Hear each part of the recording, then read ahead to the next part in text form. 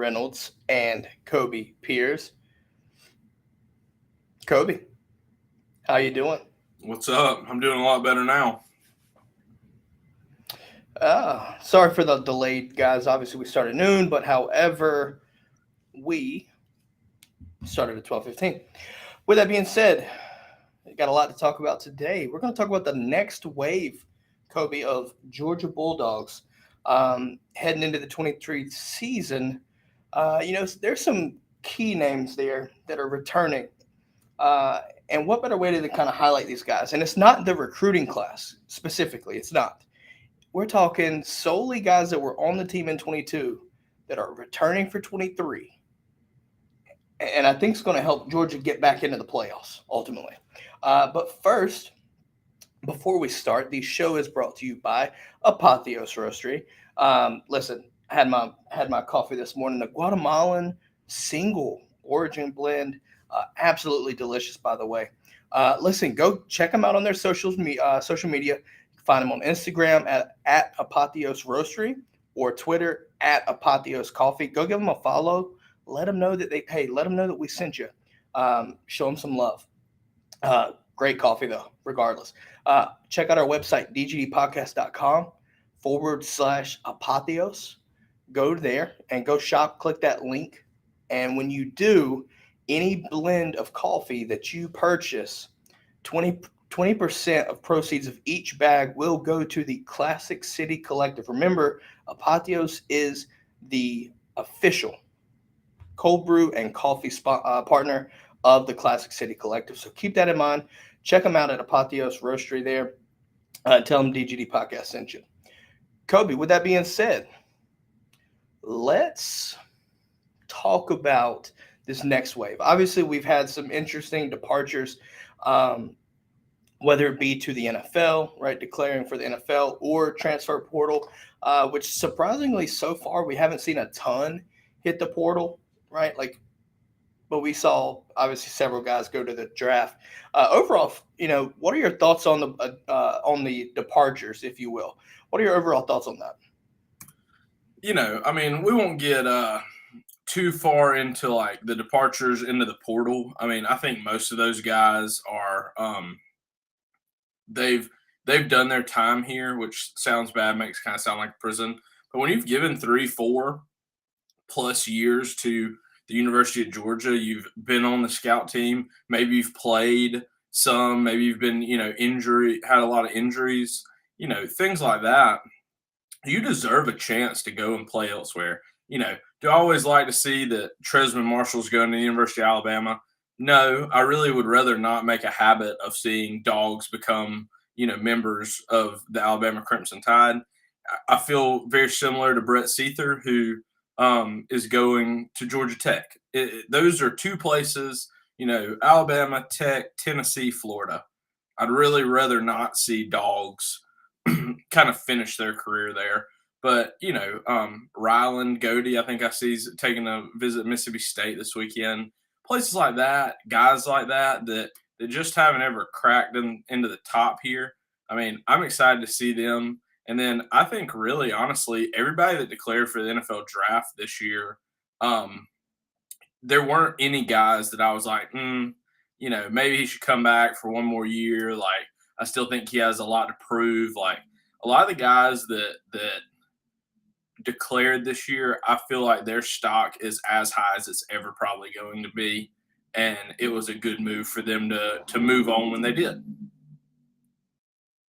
You look at, as the 633 says, that Bama is now built by Georgia.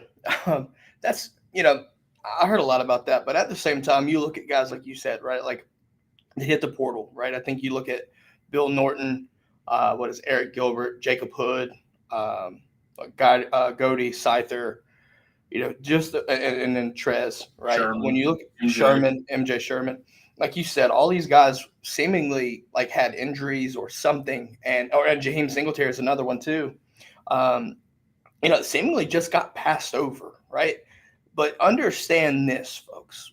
When you see these portal departures, things like that, it's a double-edged sword. Georgia's built themselves into a situation where you're going to see talented players leave. There's no getting around it. Okay, there's just not.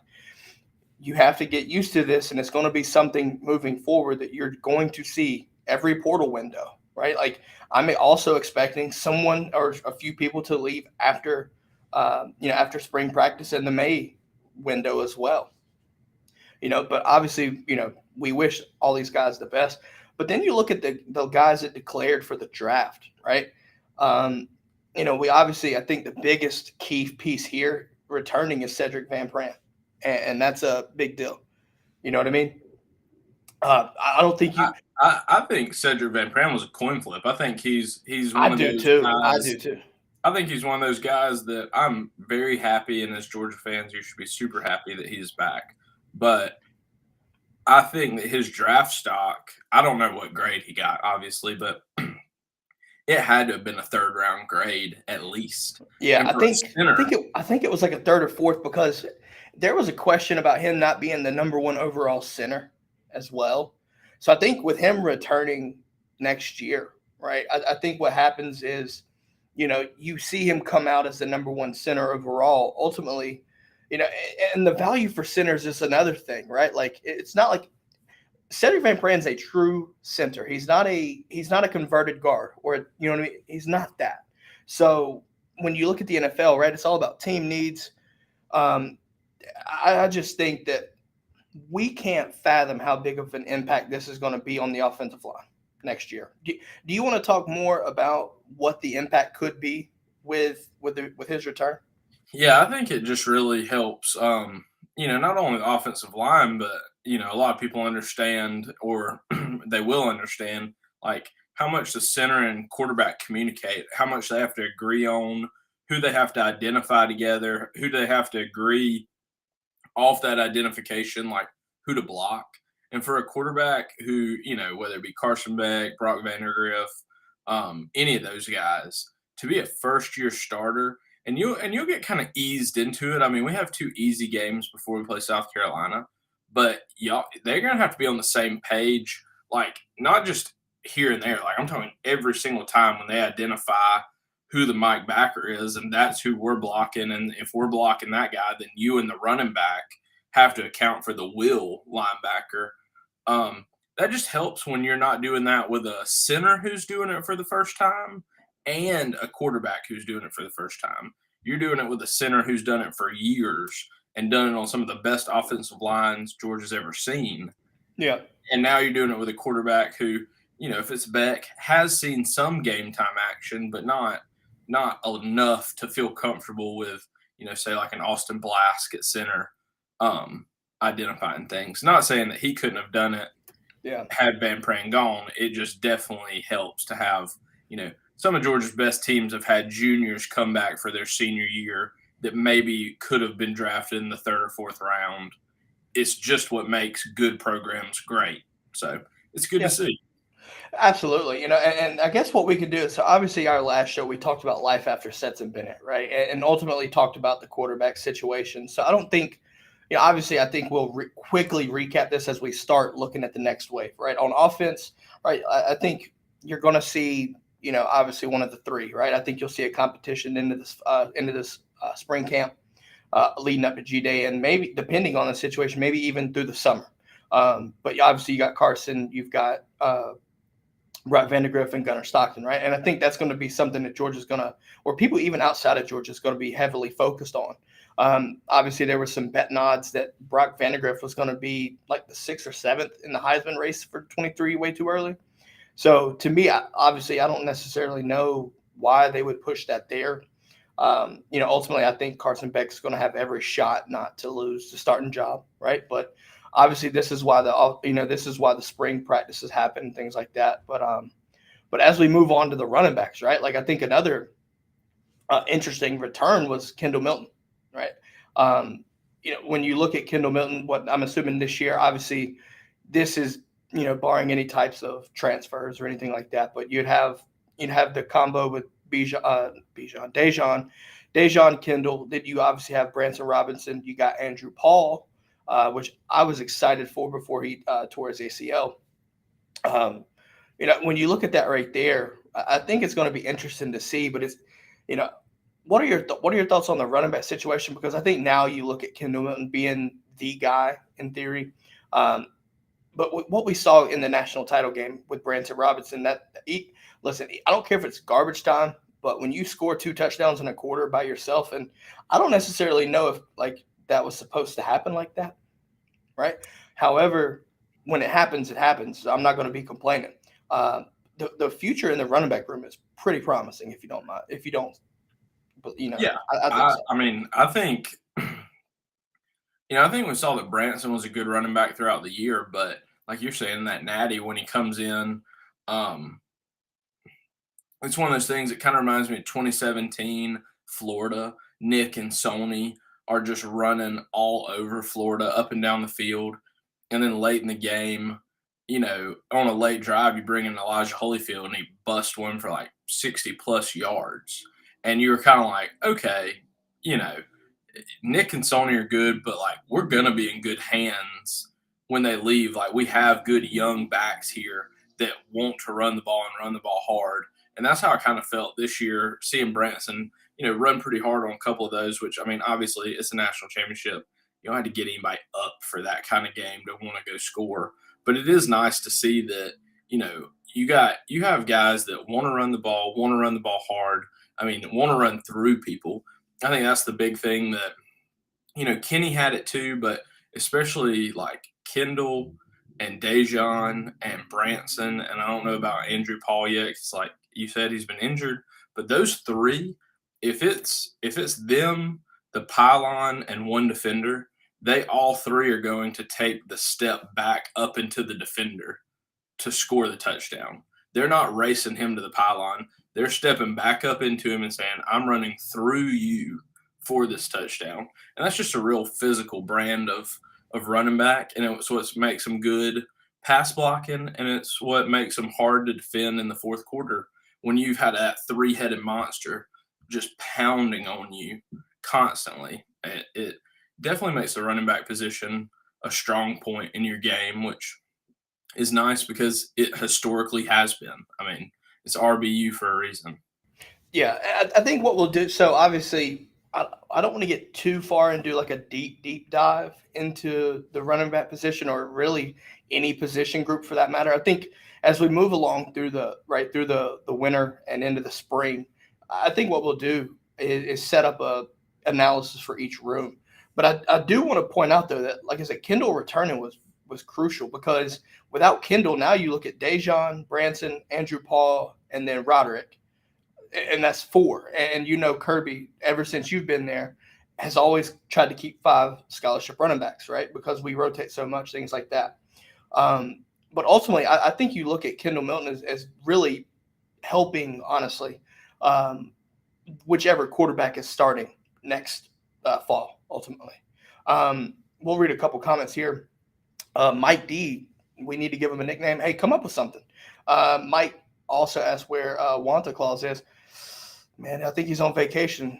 Christmas still got to him a little bit, so he might be on vacation for a few. But with that being said, obviously we look into the receivers. Obviously, we saw Marcus Rosemary-Jack Saint come back. Lad McConkey make his announcement to return.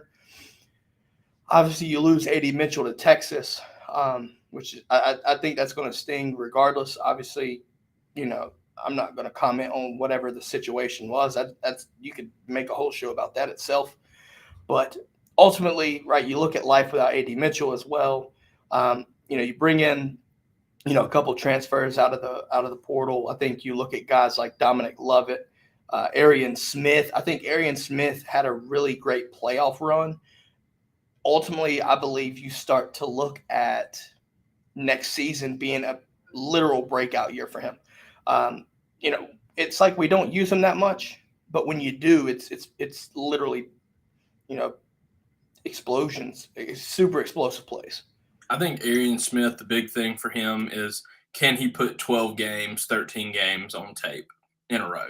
I think that is like, if he can go out and play in 6 games in a row, Arian Smith will be a phenomenal wide receiver next year. He'll have great stats, a ton of touchdowns. He'll be a pretty high draft pick.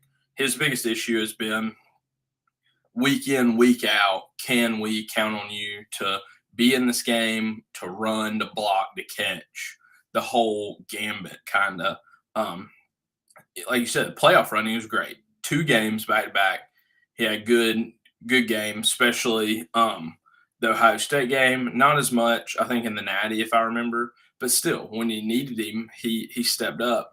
The question is, can he have 60 yards against Ball State, 100 yards, the next week, and then, 60 yards against South Carolina? Can he finish the month of September, played in all 4 games, had catches in all 4 games? Things like that are just slowly building upon his resume. I think that's his biggest asterisk or question mark is, the COVID year in 2020, he was like a little, dinged up. And then he breaks his leg 2021, which is unfortunate. Then he has the ankle sprain 2022.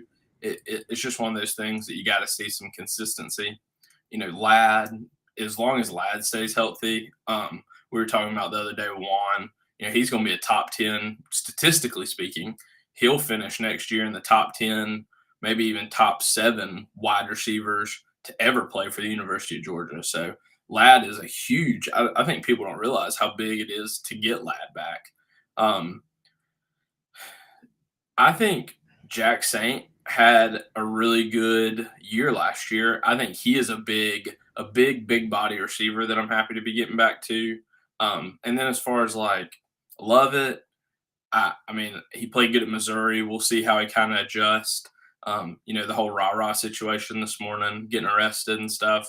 We'll see what kind of comes out of that. We'll see, we had talked about it, I'm pretty sure like Devontae Wyatt had a little bit of a similar thing that ended up getting dropped on him. Yeah. We'll see, obviously if he, he is gone until he's not at some point from your team at this point. So that's kind of where that'll stay. But I think you're also returning some guys that maybe didn't play at all last year that could or played very little. Even like Dylan Bell had 4 or 5 touchdowns this year. So your receiving room is going to be as strong as it's been in a long time. Yeah, I know obviously Juan talks about the rotation and being an issue in his opinion with, especially from a quarterback's perspective, but there's a couple guys that you didn't name and I think could, not saying they will, but I think they have a very good shot at this and having a bigger year. When I look at it, Dylan Bell is another one that I think could have a great year. When you look at what Carson Beck did this season, when you look at some of his tape against Vanderbilt, things like that, when he was actually playing, you look at Dylan Bell as being one of those guys that Carson Beck had a nice little rapport with. So I think you look at those guys also. Denylon Morissette, I know Juan has mentioned, Denylon being a personal favorite of his too. You look at all the options, and I think, someone's got to step up to be that true X receiver, right? I think you look at like when obviously we missed most of the season without A.D. Mitchell, but you saw a multitude of guys step up, but it wasn't consistently one guy doing everything every week, right? Like Tennessee game, Marcus Rosemary-Jack Saint with that nice toe tap touchdown, things like that. Perimeter blocking, I think, will be just fine. Mike Dudley says C.J. Smith is another burner, right? We got a lot of speed coming in here. But when you look at the slot too, right, replacing Kearis Jackson is going to be a pivotal thing, that a point of focus, if you will. And I think the addition of Dominic Lovett is going to soften that blow tremendously. At least the expectation is that. Adonis said, who are your impact players for 2023? And Adonis said, Black Adonis. You're not wrong. All he's got to do is come to the tree outs. I was wondering if he had any eligibility left, still floating around. If Juan Daniels has probably one somewhere floating around with a COVID year, I'm sure Adonis does too. Yeah. So I'm just going to leave that there. But no, he also states that KM running the ball has to be the leader and impact player from the backfield. Absolutely. That's a great point, Adonis, as well. I think to kind of revert back to that running back room, that's going to be the leader, right? You need that leadership. And that's something else that Kendall Milton can bring as well, especially with a new quarterback, right? That life with a new quarterback is always interesting, but when you have leadership around them, like we talked about Cedric Van Pran coming back and Kendall Milton obviously coming back too, it's going to help these guys mature a lot faster. It should, anyways. And then I want to comment right there, Mike, saying Lovett has the slot on lock. It is too early for me to say that, honestly, Mike. I mean, it's January. He has not even put on a pair of shoulder pads for the G yet. He hasn't been through off-season workouts. It's a long way from January workouts to having a slot locked up sometime in August. I know he's a great player, and I hope he does. I mean, I hope he is our slot receiver, but we're a long way from saying anything is lock and key spoken for, especially in a Kirby Smart ran team. I mean, it can be anything. Shit, we saw that last year or the year before, excuse me, when we had when you had Carson Bennett, right? Leading up to the season, he was supposed to be the backup, and after Clemson game, JT's out. It literally took that Friday to find out that Stetson was going to be the starter for that UAB game because that week in the season, Carson Beck had a bad week, and the rest is history. So, I mean, and Mike called it right. Hot take January. He's not wrong. Place your bets. Just saying. Black Adonis also said if they had a problem with Stead at 25, imagine the outrage of a 32-year-old quarterback. I mean, wasn't Brandon Weeden like 32? I think Weeden was 29 when the Browns drafted him in the first round. Chris Winkie. I mean, Adonis could win a Heisman here. I'm just saying, even from a walk-on. Listen, I mean, we know that a walk-on can win a national title. Why can't Adonis win the Heisman? Come on, commit to the G. And I'm not talking about the Gator. I'm talking about the G, like the power G. But anyways, as we move on, obviously we talked about the receiver position. Let's kind of get back to business here. But the tight ends. Talk about everybody's favorite position. The tight ends, man. Obviously, you don't really have to say much. Brock Bowers comes back. However, had no choice. Yeah, I mean, besides the portal. No choice. I mean, you're not wrong. I would have been a top 10 pick this year. 2 years ago. Oh, no, just wait till next year, folks. This time next year, the hype around Brock Bowers is going to be absolutely ridiculous. Just nuts. I mean, anybody that watched football this weekend sees what a Travis Kelce Kittle. Can do. I mean, that's the same level of tight end you're going to be getting in Brock Bowers. So yeah, no doubt. I mean, when you look at it, so like I saw a tweet about obviously what was it, Kittle? Kittle made a nasty bobble catch, right? In between a guy that was about to take his head off. He caught that, and then all I saw was Georgia fans just tweeting out the catch from Florida on down the sideline from Bowers. I thought it was just beautiful. Black Adonis asked, "What's the highest a tight end has gone in the draft?" Pitts from Florida. Your team went, I want to say went fourth overall. So I don't know if you're going to see Kyle Pitts, his record of being the highest tight end drafted, being broke next year.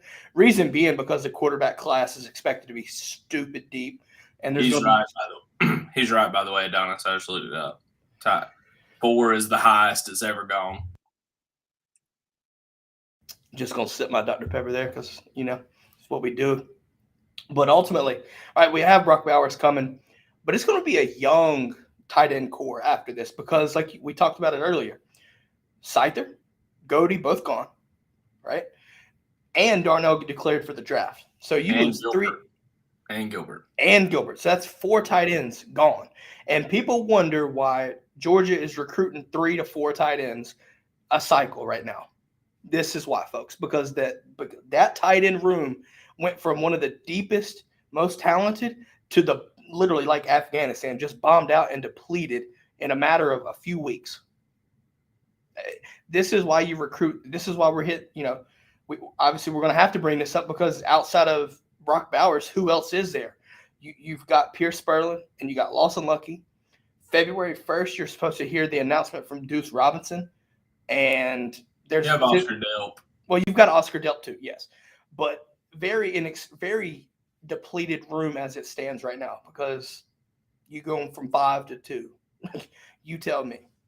5 to 2 scholarship. There's still some walk-ons. Well, correct. We know how the walk-on situation is, but ultimately to they're scholarship. They finished 3 degrees. Can't be mad about that. Yeah. But no, ultimately though, right? You look at it in a sense, right? You have Bowers, and people obviously know what Bowers is. We don't have to talk about it, but I love it, right? He's the best tight end in the country. Don't give me that Michael Mayer bullshit. Don't give me that. Don't do that. However, when you got Oscar Delp played some significant playing time, and looked good doing it, right? And that's a guy that I think could have a breakout year too, due to the yes. I want to answer Adonis's question real quick. Sorry, wherever it was.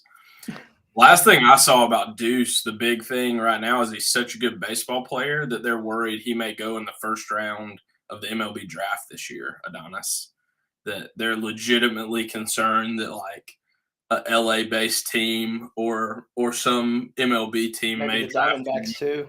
with maybe not the number 1 overall pick, obviously, but like a first round pick. So obviously Kyler Murray was in a similar situation, seemed to kind of work out for him coming playing football. But I'm pretty sure he was drafted in college though from Oklahoma. Well, ultimately though, when you look at it though, right? Like a lot of people, I don't necessarily know they truly understand the entire process of baseball. I'm not saying you don't, but I'm just saying if you're not familiar with it, just because you get drafted in the first round or whatever, that's nice and lovely. However, most of the time, these guys don't start in the MLB. You have all the way from single A all the way up through, and there's different, like you have classifications. I'm not going to go into all of them, but ultimately single A, double A, triple A, MLB, right? But the problem is like the lifestyle that a minor league baseball player has, it is brutal, folks. It really is. So when you look at a situation where, Kyler Murray chose football over baseball, like you're getting 3 years and then you're going to the pros where you're getting money, right? MLB has some huge contracts, but it's guys that are already in the pros. They're all-stars at their position. They're the faces of the MLB, right? Now the money's nice. However, when you go to double A teams and triple A teams like that, it ain't always sunshine and rainbows. So first round picks sound nice. However, it's not always sunshine and rainbows when you're living the life of a minor league baseball players. Jesus, Adonis, good Lord. Keep it G-rated, please. Jesus. But no, ultimately, right, like if he commits to Georgia, which we'll see what happens. Obviously, we'll find out February 1st. That's 3 extra tight ends, incoming freshmen, right? That ultimately could help replenish what we lost and help with Todd Hurtley. And now you start to get these guys. And listen, all those guys are going to be key players, especially Lawson Lucky. I think Lawson Lucky could be the next type physical blocker, and he's good at receiving. Right, when it comes to catching field down the field and stuff like that. Pierce Spurlin's a damn avatar, 6'6". Right, Deuce Robinson's another guy, 6'6". I think 6'6" or 6'7". Yeah, I mean, and you sit there and you start to look at the length of the tight end position that Georgia is recruiting. Right, Delp's probably the smallest guy, and he's 6'3", I think. Yeah, I actually think that Brock might be a little bit shorter than Delp at 6. You think he's 6'2"? I think Delp's 6'4", like true 6'4", and I think Brock is 6'3" or something. 3.5. Yeah, give or take. So. I mean, you're not wrong. I mean, but that's the thing, though, right? Like, obviously, you have Bowers, you have Delp, which I think ultimately you could still do 12 personnel, but this is where the development and quick development, if you will, of Pierce Spurlin, Lawson Lucky is going to come in because we don't have the luxury to rotate like we did in last year, right? Even though, I mean, we had technically 3 tight ends that we really used. I wish we would have been able to use Scyther and Goody more, but yeah, we're really a two tight end kind of system. I mean, yes, you saw Delp some, but I mean, majority of the season it was a 1-2 punch. Yeah, no doubt. And I think you'll see something similar to that. The only thing I would argue that you may see 3 tight ends more this year would be if Deuce gets here, if he commits and gets here, and you're not comfortable with him attached blocking. So at that point, you could see him like spread out wide and the other two attack in a 3 tight end set, kind of like that bunch set they do. You're not going to see a lot of nub sets. I don't think you'll see a lot of nub sets this season like you would with Darnell because of the fact that, like, which one of those blockers, right? Which one of those is going to be those elite blockers? You don't have that with Darnell. This is what's going to be interesting to see how Georgia replaces because of the fact, right? Because of the fact that Darnell was such an elite blocker, you could see a lot of nub sets or, design, plays where the tight end, I should say, was off the line of scrimmage. And I think now you might see the tight ends actually get split out wide where you see maybe a trips bunch or something, right? Around in the slot area perhaps, right? There's just a lot of different options, but it's going to be interesting to see what that looks like. Mike D, or I guess Pat, with the Delp is listed at 6'5", Bowers at 6'4". Those are padded. Just my opinion. Brock is not 6'4", only on paper. Let's see. So Black Adonis asked a great question. Who becomes our defensive leader and we return the majority of our D-line? I think that unit will be the key as a whole. Yes, we will answer that in just a minute, though. Or do you want to – because I think we need to finish the offense with the offensive line, and then we rotate to the defense. I think it's only fair. Fair enough. We can speed do the offensive line, though, because we already talked about Van Pran. Yep. Who was big so part. We got Van Pran, and I think what you'll see now is Amarius Mims, right? I think Amarius Mims, we saw exactly what we needed to see from him starting in the playoffs, handled his business. Obviously, I think that's another guy right there. Tate Ratledge coming back. Xavier Truss coming back. Now the question is what tackle position. I think you look at a guy like Ernest Green will probably fit that other tackle spot. And then the guard position, I think the guard position could be a damn all-out war, which makes me wonder, makes me nervous after the spring in that May window if we lose a guard or two because of the fact that there's just a logjam of guards. But let's do that, right? We've talked about that quickly, right? Very quickly. You didn't lose a lot on the offensive line. That you lost obviously McClendon. Broderick. Here's Warren the Harrison. But the honest truth of it is, and it's never fun to bring up. Minus a car crash, less than 10 days ago, the offensive line was spoken for all 5 positions. Yeah, no doubt. I mean, you're there's not going to be a lot of turnover. I mean, everybody's fighting for one tackle, a right tackle spot. I think at this point. And like I said, we'll take a deep dive into that. I think that's going to be interesting. I don't know if you see a lot of rotation that we saw last year. You might, honestly, see it just for the hell of it. You may see a guard, like to keep a guard or two happy, because talking about you don't see a lot of rotation this year, or like you didn't see a lot of like replacement this year. You're talking about next year, you're going to lose Amarius Mims, Xavier Truss, probably Tate, and Van Pran. Yeah, so you're going to see a lot. I think you might honestly see a lot of rotation, and obviously our schedule benefits this, right? Having the ability to rotate. The problem is you start to have this. Do you rotate with the fact that you're also starting a new quarterback or not? Right. I think that's the ultimate debatable question. But I think we've got a lot to talk about there. To the defense. To the defense, as Adonis wants to talk about, and we start with the defensive line. Well, so back to this question, and I'll pull it up for those watching. Adonis asks, who becomes our defensive leader? We return majority of the D-line. Yeah, I think you only lost Bill Norton to the portal and Jalen Carter to the draft. So that means you have guys like Warren Brinson, Nazir Stackhouse, Zion Logue, Tyrion Ingram-Dawkins, obviously Bear Alexander, Mykel Williams. The list goes on, folks. I'll answer first, and then Kobe, if you want to throw out another name. Give me Warren Brinson. I just think that leadership, we saw obviously during the playoff run, we saw that he has a little funny side to him, and sometimes that's what you need, right? But if I'm looking at it, obviously I love what Bear Alexander's putting down, but I need that leadership, and I'm not saying that Bear couldn't do that. I just want to give it to somebody that's going to have that leadership.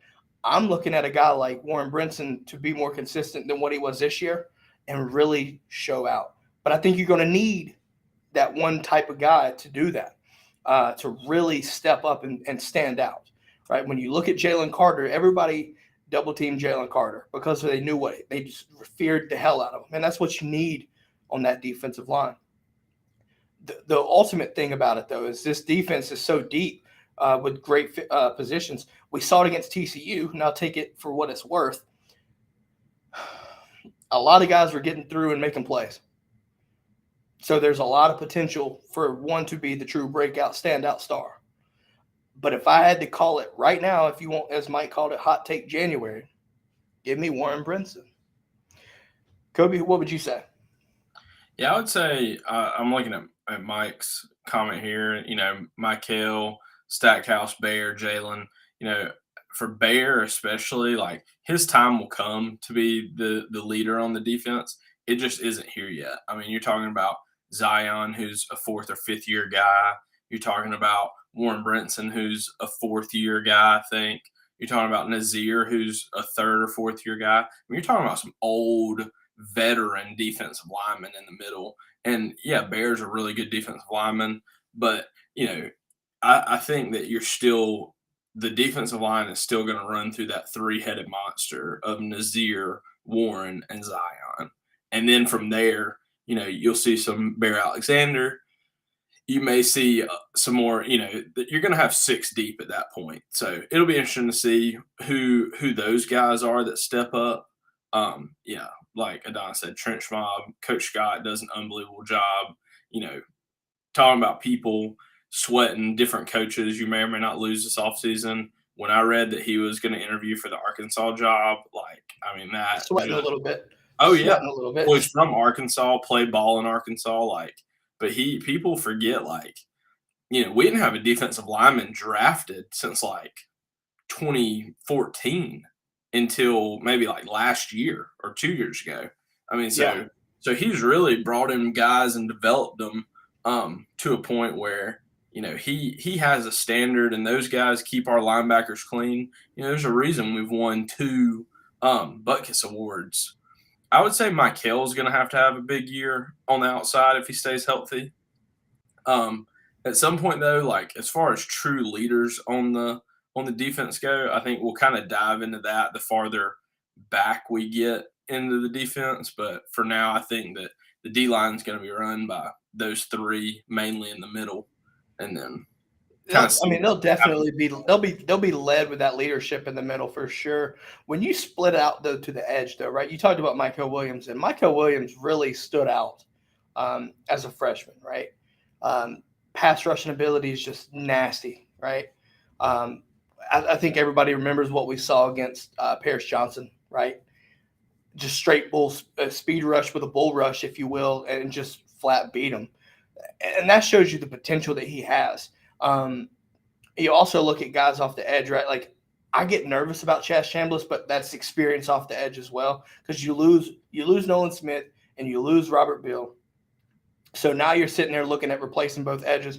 The thing is, obviously, with Nolan's injury, you got a lot of in-game experience to rotate and see who did what. We can't discount what Jalon Walker did either. Jalon Walker off the edge was a menace in the national title game as well, right? When you look at him and Mykel, and then I think another name that people have completely forgotten about already is Darius Smith. Darius Smith is huge. He's long. He's 6'5", 6'6", I think probably closer to true 6'6", and I think 240. And the dude can flat out play, but just people forget about it, right? I'm not saying he's the next Trayvon Walker or anything like that, or Adam Anderson. I'm not going to throw that out there. But he definitely has the potential, and I think there's an opportunity for him to step up and start breaking away and becoming that guy that you need moving into the 2023 season. Well, I think it just excites you for especially the spring practice to start eventually, because you've kind of had a logjam at OLB this past year. Robert Beal comes back for a 6th year. That's great. Nolan Smith is back, which he was a huge leader on the defense. MJ Sherman's been kind of floating around in there the whole time. Now he's gone to Nebraska. You finally are going to get to see these young guys that are sophomores, maybe juniors, really start to kind of put it all together and say, okay, Nolan Smith and all those guys, they were good, but now it's our time to show, why we've been recruiting good outside linebackers. So you're right. I mean, Darius Smith, like, he is a long, long outside linebacker. Do If people he has forget? enough weight to be able to keep a tackle off of him, I mean, he ran track. He's super fast.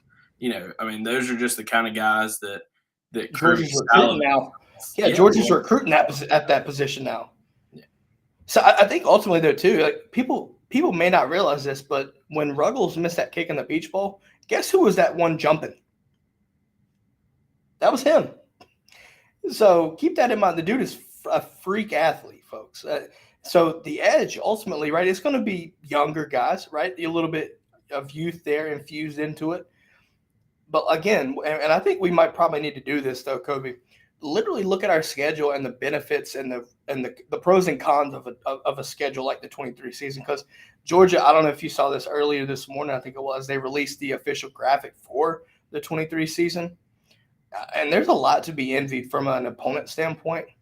So I think it's something that probably needs to be addressed. So stay tuned, because we'll probably set something up and talk about that ad nauseum for a little bit, because that's important to note. Because there's a lot that can be taken away from a schedule like that. Well, it's important to note, because you get to come in, and whether fans like it or not, you basically get four games to figure out what kind of team you're going to have early in the season.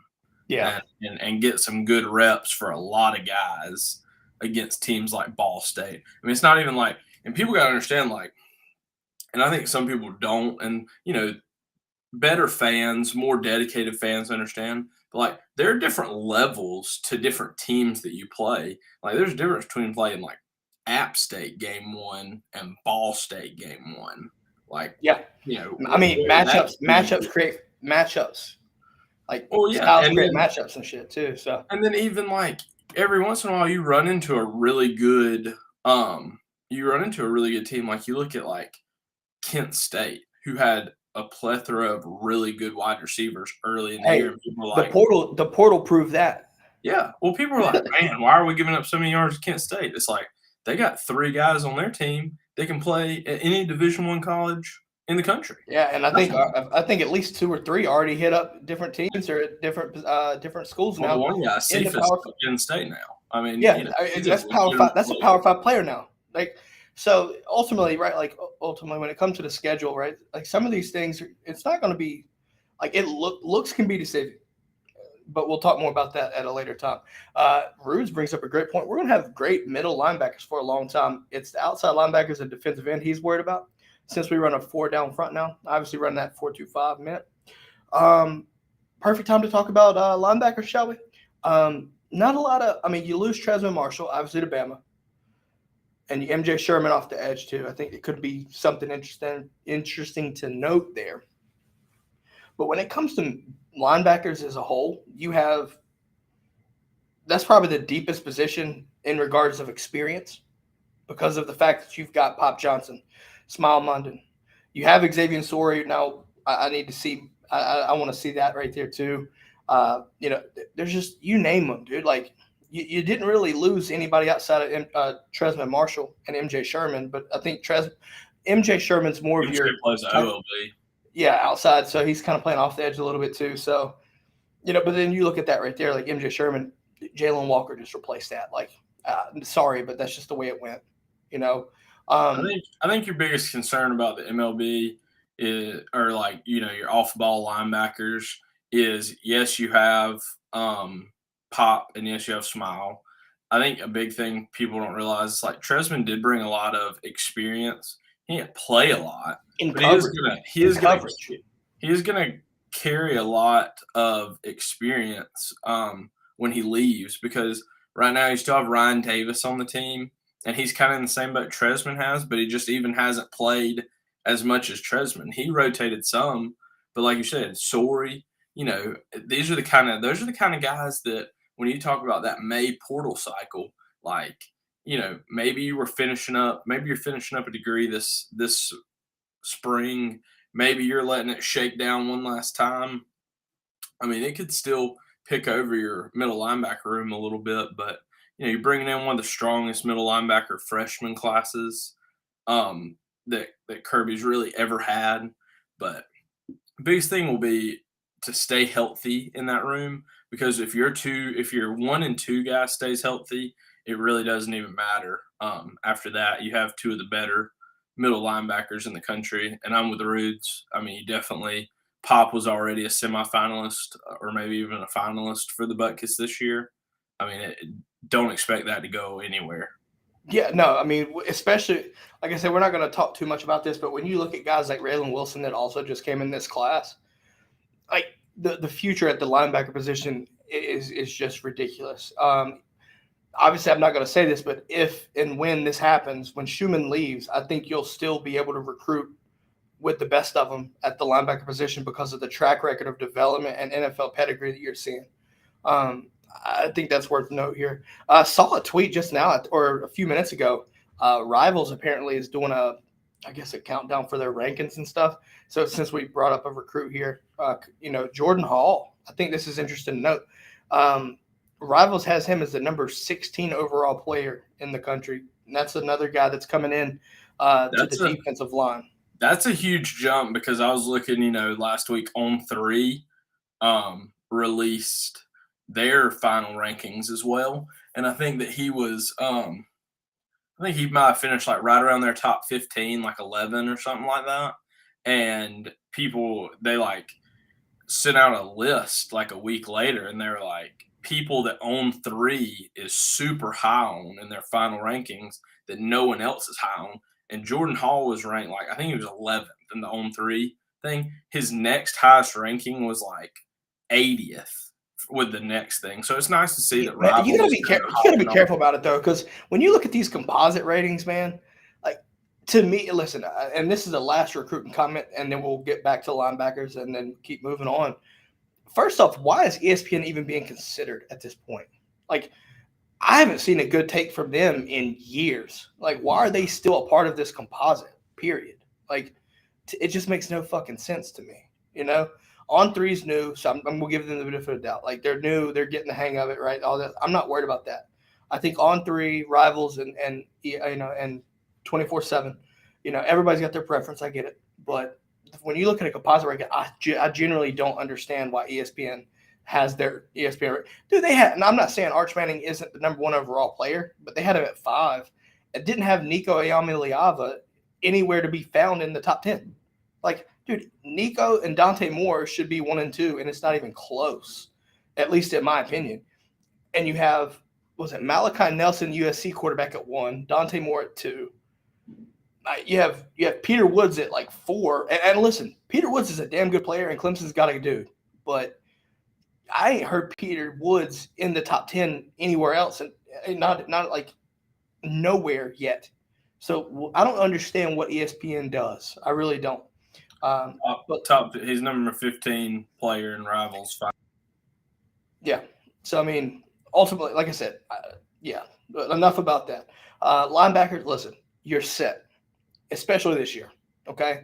Moving on to the secondary, and I think this is where it's going to be interesting. First off, it's Malaki Starks' time. Obviously, he started the most as a true freshman. He was had the most snaps played, if I'm not mistaken. But now I think you look at, Malaki is going to be the featured safety, if you will. Dan Jackson's returning. Now, does that mean he's going to fit right back in? Maybe. I mean, you've got, let's see, what is it? You've got Smoke Bowie that could play safety or star. You got Javon Bullard. Javon Bullard locked down that star. I don't see that changing. And Tyke Smith should be back as well. So you look at, that's what's going to be interesting, because what do you do with Smoke Bowie? Do you move him to safety, or do you play him at star? I feel like you tried to do it at star, but what does that mean for Tyke Smith? Like, I think you need some safety help, because you got Jonel Aguero that's coming in the 23 class. And I think he's going to be a damn good safety when it's all said and done too. But you got Dan Jackson that's got the experience for sure. So how they handle the safety and star positions are going to be important and interesting to watch, right? Because I think the big thing is, that we rotate at safety some. I mean, we play 3 safeties depending on how we're aligned and in what coverage. So I mean, to say got Dan, the money position too. So yeah. I mean, Dan may not necessarily be your starting safety, but I mean, Dan's going to get some playing time again. He didn't earn the playing time just for it to magically disappear when he got Yeah, hurt. I mean, no doubt, no doubt. guy's a grinder. I mean, he'll come back and he'll play. I agree. I think Bullard has the star position pretty much on lock, especially with as good as the national championship as he had. Smoke Bowie, I agree. I think he's your big question mark with Tyke Smith. Tyke, you always have to worry. Is he one of those guys after spring practice doesn't really like where he's looking? And, I mean, he's only got a year left. Well, he also already burned his transfer rule, one-time transfer, so keep that in mind as well. Yeah, but if he graduates in May, it doesn't matter. Well, yeah. Okay, yeah, you're right. So, I mean, if it's a grad transfer, it's automatic. Yeah, you're right. So, ultimately, I think you're going to be fine. It's a good problem to have. It's just a matter of who's going to step up and I think you see a rotation there depending on – because, I mean, that was another thing, right? Like what we saw with obviously Malaki Starks ended up, converting into a full-time starter. But when, before Dan Jackson went down, you saw Chris Smith and Dan Jackson. Then you saw rotation in with Malaki Starks. I think you could see a little bit of the same thing for sure because you trust in what these guys' roles are and what they're good at. Dan Jackson will come down and hit you, right? I mean, he'll lay his life. Yeah, just like Chris Smith. Now, he's not the best coverage guy, but that's what you have Malaki Starks for. However, when you come into a situation where you need coverage guys, maybe then you put Smoke Bowie back there or you have Jonel Aguero back there. Like, it's all situational, but it's a good problem to be able to find guys to what they're best at and rotate them in accordingly, depending on the situations at hand. But I think the safety will be interesting to tell who's going to replace Chris Smith. Because Malaki Starks, as Pat said, Malaki busted onto the scene against Oregon in game 1. And I think at that point we kind of knew, like, oh, yeah, like we'll just ride with him, get over the growing pains and go from there. It's that simple. But when we talk about quarterback, go ahead. I'm with Adonis. Like, and that's another thing that's just always hard to think about right now in January. You want to think that your whole roster is going to be healthy all of next season, and so it's easy to kind of like say, oh, this guy's going to be here and this guy's going to be there. I mean, I hope everybody can stay healthy for as long as possible, but we know inevitably somebody we're talking about right now is going to miss some time next year due to injury. I think the biggest thing is, like we're talking about, getting guys like Smoke Bowie ready that, okay, maybe you didn't start game 1 at safety, but by game 6, game 7, game 8, like you're the safety the rest of the year or whatever. That part is just as important as whoever is playing. And that's the big thing that kind of makes this machine kind of keep running no matter what pieces you put into it. Yeah, as Joe Huff, welcome to the brigade, sir, says Dirty Dan is very important to our D. And you know what, though? Every time I hear Dirty Dan, I always think of Sandy Cheeks. Dirty Dan. I know it's random, but yeah, sorry about that. Cornerbacks, you're replacing Ringo. Jaheim Singletary leaves to go to the portal. Listen, I haven't heard – the crazy thing is I haven't heard much about Jaheim anywhere. So not saying it can happen, but could he come back to Georgia? He could withdraw, or he's in the portal for good now? I think he's gone. I mean, obviously not. Like Robert Beal went in and out twice, but I think –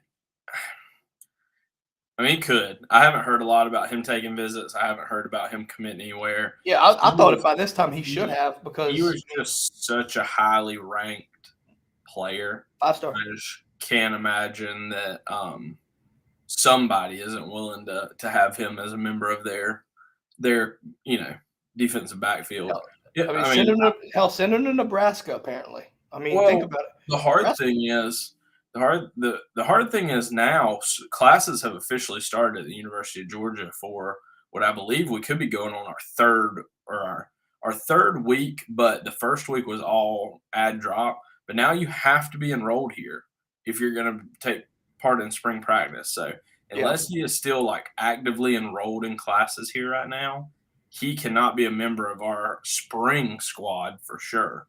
And for a guy like him that's wanting to fight for a position spot, that's not a positive thing.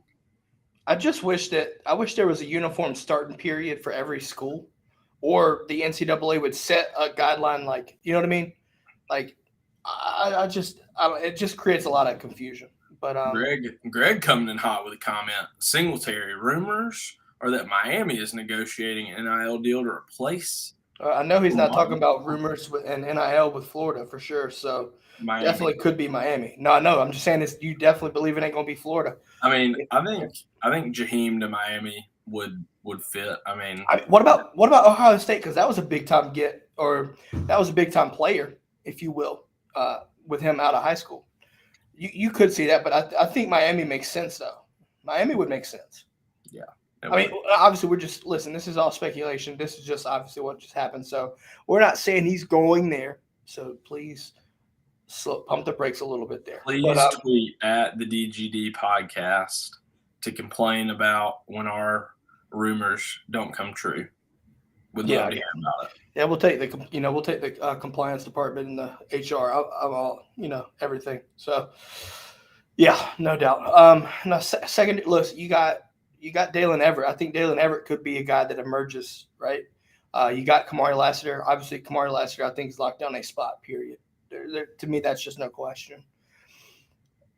I think you're going to see that second cornerback spot be a damn war. Nyland Green, Dalen Everett. There's a lot of them. So I don't it's really one of those things again. When you talk about things to be worried about in the May transfer portal, the defensive back room is what worries me at that point, because I agree. Kirby preached about it last year that it was as thin as he's seen it, and he didn't like that. Now you sit there and we feel it's ironic how we feel as if it's like a deep position and whatnot. But it's really not, because like you said, the portal window could just easily deplete things. Well, the hard thing is you recruit such high recruits that they all believe that they should be playing. So then you get into this odd situation of and I'm just going to pick on it because I know he's older, Nyland Green, who's a good cornerback. Say it doesn't go his way for the second cornerback position. All of a sudden you're looking around going, golly, I'm a third-year guy. I'd be playing at, 30 of the next best schools, but I just can't seem to break through here. Why should I keep sticking it out here? And not saying that's what he's going to do. It was just a name. Yeah, no, I got you. Again, just want everybody. Again, all speculation. It's all. It could be anybody's name, but I agree. All of a sudden, Kamari Lassiter rolls an ankle, or something like that happens. You need guys that can play that corner position. They're not easy to come by. So, absolutely. The big thing is, I agree. Kamari probably has his corner spot locked up as long as he continues to practice well, and that. But that second corner position will be quite the position battle kind of going forward. No, absolutely not, Adonis. We didn't say that. Just hypothetically speaking. Adonis reminds me of a typical Florida fan. Just run with any damn thing. Run with anything. Do you want to do it? Do you want to talk about the kicker replacing Hot Pod? Do you want to do it? I can do speed run the specialist. I mean, hey, I was about to say you're a specialist, man. Let's do this. Hunter from Down Under is coming back. He'll be back. First string, more than likely. Minus just having an atrocious spring, and that hurts me because my little brother's best friend's the backup punter here. So, hoping he can get things done this spring in the punting battle, but right this second it looks like it's kind of locked up. Replacing Hot Pod, Jared Zirkel's still on the team, scholarship kicker. Woodring as well, just coming in as well. That's interesting to see. He is, but it's Zirkel's. Zirkel will have to have a really bad spring. I was about to say, if you get a scholarship as a kicker, I'm sure that they have plans for you. Yeah. So I think kicking job will go to Zirkle, and then the long snapping job was a two-part job the past 2 or 3 years between Payne Walker and William Moat. Payne Walker has graduated finally, and he was handling field goals, and Moat's been handling punts. Moat will go into full time in both, and then you'll have Jonathan Washburn. I think will be the backup for breaking news, folks. Kobe Pierce is coming back. 1 year of eligibility. Long snapper. Done. I'm never going back. Run with that, Adonis. Never going back. But yeah, William Moat, he's kind of waited around to be able to do both. Payne's been really good at field goals.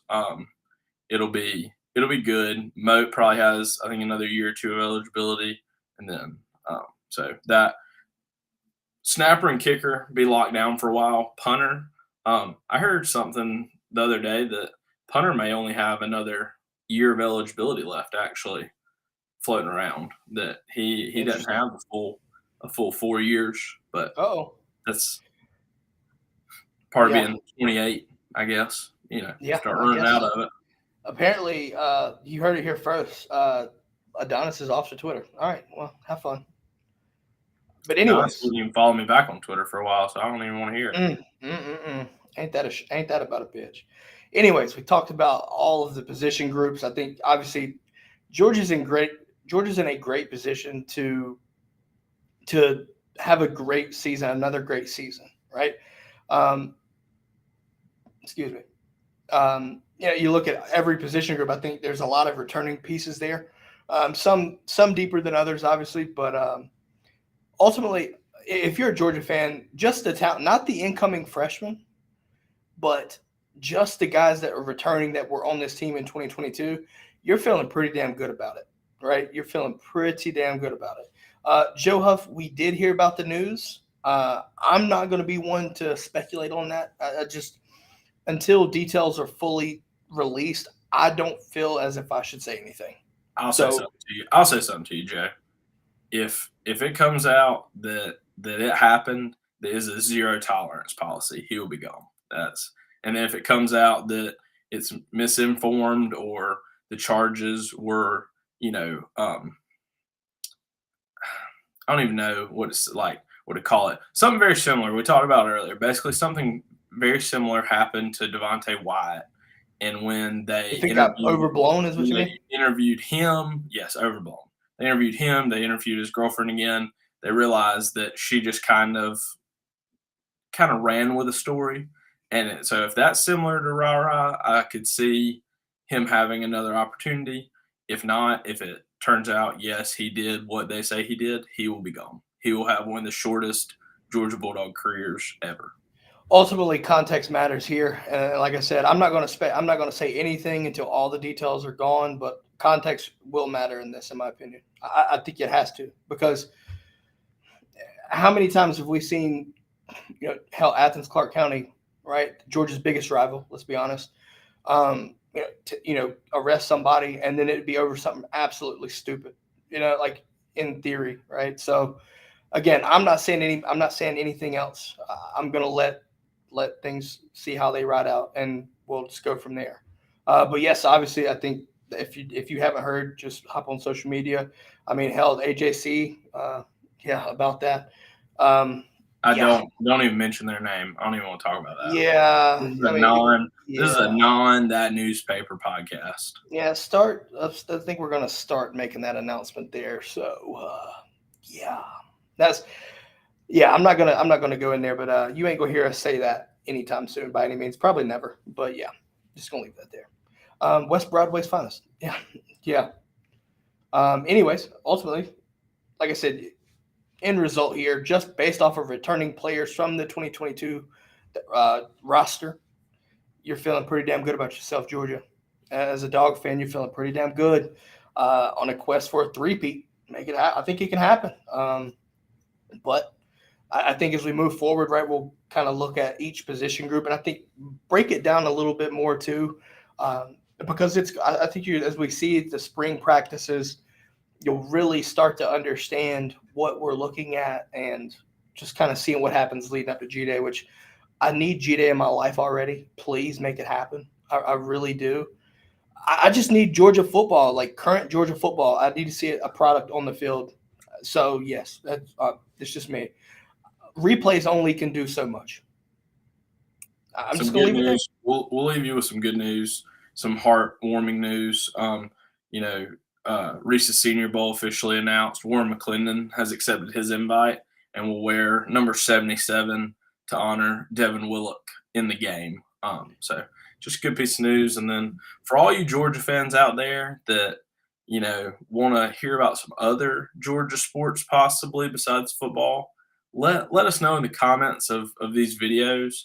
I'd love to dive into maybe a little basketball or baseball into Speaking of, in this A+. little lull of time between now and G-Day. I know my official host here loves his football, but I do love my Georgia sports outside of. Hey, I'm just going to let you know, Mike White has transitioned that program, that men's basketball program, into actually something worth watching in a matter of months. They had a rough game against Vandy. Vandy shot the lights out of the building behind the. They couldn't miss. They could not miss. Some good games, though.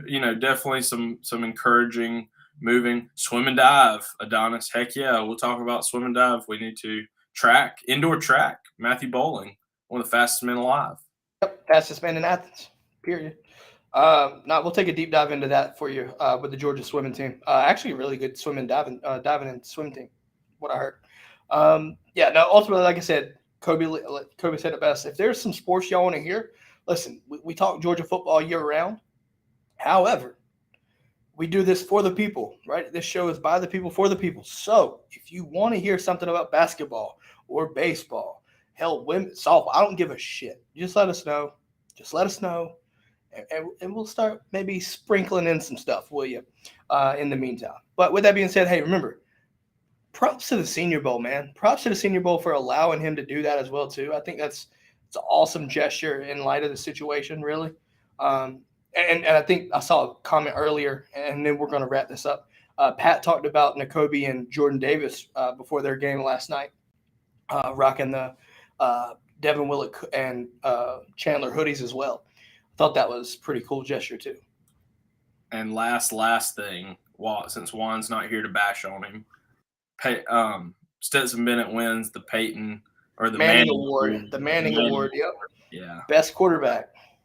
And it takes into account all of postseason play as well. It's the only award that takes in postseason play into its criteria. Yeah. So take that, put that in your pipe and smoke it, Juan. While Juan's not here and probably not watching because we haven't seen him in the chat at all. So Juan, when you're watching this later, just know we were thinking about you. Absolutely. Yeah. With that being said, though, folks, hey, if you like what you're hearing, if you like the show, let us know. The way to do it, like, subscribe. Listen, since Wednesday, follow us on Twitter. At the DGD podcast, at Kobe Pierce, I believe, on Twitter. Listen, we had an influx of new subscribers since our life after Stetson. So I just wanted to take the time to thank everyone for subscribing. It doesn't go unnoticed. I'm just letting y'all know that now. So with that being said, we're going to wrap this thing up. Come back Wednesday. We got another show lined up for you. Maybe, just maybe we can get Juan on for this one. Maybe. Brigade, let him know. Send it in the comments. Say, Juan, we need you on. And he might show up. He might listen to y'all. He don't listen to us. Billy Ellis, please do basketball. Hey, we'll try to talk about that, see what's going on too. So keep dropping the comments if you want to see this. I think we played Tennessee on Wednesday, Billy, if I remember right. Tennessee at Tennessee. So we'll start doing that, but I need some more folks in the comments to let us know if y'all want to do other sports outside of football, because I just, like I said, we want to do it for the people. So keep that in mind. With that being said, have a great day. We'll catch y'all next time. As always, this is the DGD Podcast. Catch y'all later. Go Dogs.